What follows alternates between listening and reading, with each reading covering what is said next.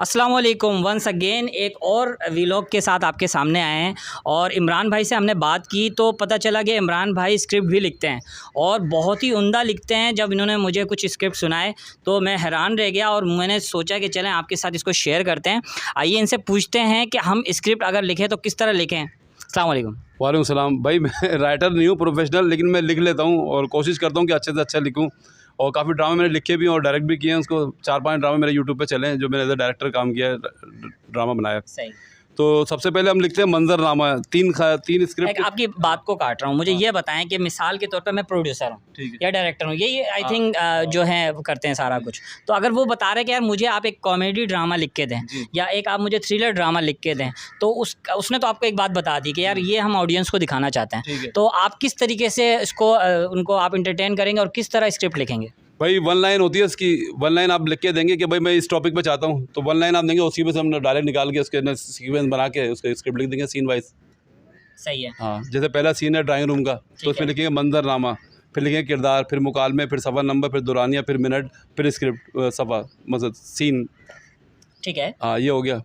तो अब उसने बोला कि ड्राइंग रूम के जो सीन है वो सारे इंडोर होंगे हमारे सीन।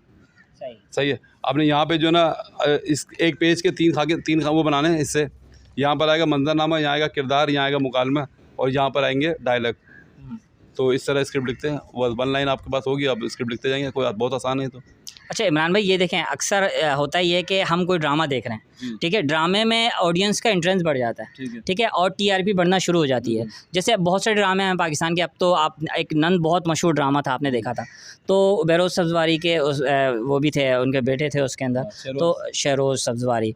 तो मैं ये आपसे पूछना चाह रहा हूँ कि जब वो ड्रामा चल रहा है और टीआरपी उसकी बढ़ रही है, तो उसकी अब हमने एपिसोड बनानी है, ठीक है ना, तो क्या राइटर उस वक्त तक एंड तक रहता है जब हम स्क्रिप्ट लिखने के बाद भी उसको मज़ीद एक्सटेंड करता है, या उससे दोबारा कांटेक्ट करना पड़ता है? बिल्कुल, राइटर से कांटेक्ट करना पड़ता है कि भाई ना आपके 24 एपिसोड चल गए, 6 एपिसोड और लिख के दो मेरे को, तो फिर वो उसी में से निकालता है और फिर 6 एपिसोड और लिख देता है। कोई इसमें मसला थोड़ी है। सही है। उसकी पे भी बढ़ जाती है, वो एक्स्ट्रा पेमेंट भी ले लेता है और उसको फेमस भी हो जाता है। तो ये मुझे थोड़ा समझाएं कि हम अगर लिखना शुरू करें तो एक आम सादे अल्फाज में बताएं कि किस तरीके से हम उसे अपने पेपर में उतारें। भाई ये सादा पेज लें और उसके 3 खाने बना लें, 1 2 3 3 कॉलम। हाँ, 3 कॉलम बना लें। सबसे पहले यहाँ आएगा मंजरनामा, यानी कि आप चाहते क्या हैं। हाँ, मंजरनामा आएगा।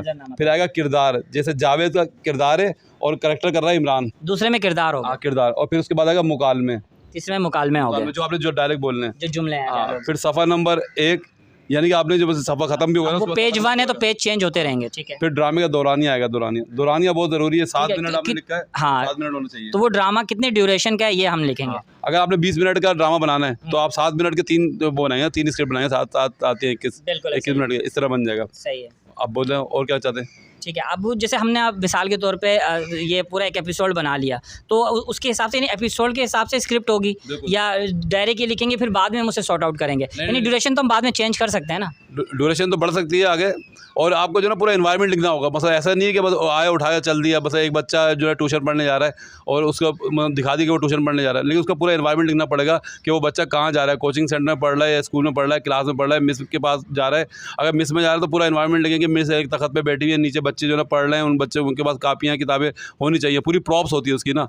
फिर वो बच्चा आप ये कहना चाह रहे हैं जो डायरेक्टर होता है वो लोकेशन खुद सेलेक्ट करता है, बाकी सारी चीज़ें उसको लिखी हुई मिलती हैं? हाँ, लिखी हुई मिलती है, राइटर लिख के देता है, बाकी अरेंज करना तो उसका काम होता है ना। डायरेक्टर के नीचे भी क्या होता है, लाइन प्रोड्यूसर, वो लाइन चैनल होता है। हाँ, पूरा सिस्टम होता है। लाइन प्रोड्यूसर होता है, मेकअप आर्टिस्ट होता है, मेकअप डायरेक्टर होता है, लोकेशन डायरेक्टर होता है, कोऑर्डिनेटर होता है, आर्टिस्ट होता है, फिर जाके ड्रामा बनता है। अब आप जो देखते हैं ड्रामा इतना आसानी से नहीं बन जाता, बड़ी मुश्किल लगती है, इसके पीछे बड़े उसके अंदर वो पापड़ बेलने पड़ते हैं। बिल्कुल, काफ़ी मेहनत इसके सामने शामिल होगी। मुझे ये बताएं कि अब जैसे मिसाल के तौर पे ये जितने भी हमारे चैनल्स हैं, लाइक आप यूँ समझें कि आपने जिस तरह कहा कि डायरेक्टर है, प्रोड्यूसर है, राइटर है, फिर एक्टर है, फिर मेकअप आर्टिस्ट है, ये सारे जो आपने नाम गिनवाए, तो इसमें सबसे ज़्यादा पेएबल जो अमाउंट किसको ज़्यादा मिलती है और सबसे ज़्यादा मेहनत किसकी होती है? क्योंकि ज़रूरी नहीं है कि जो ज़्यादा मेहनत कर रहा है पे भी कमाता भी वो ज़्यादा हो।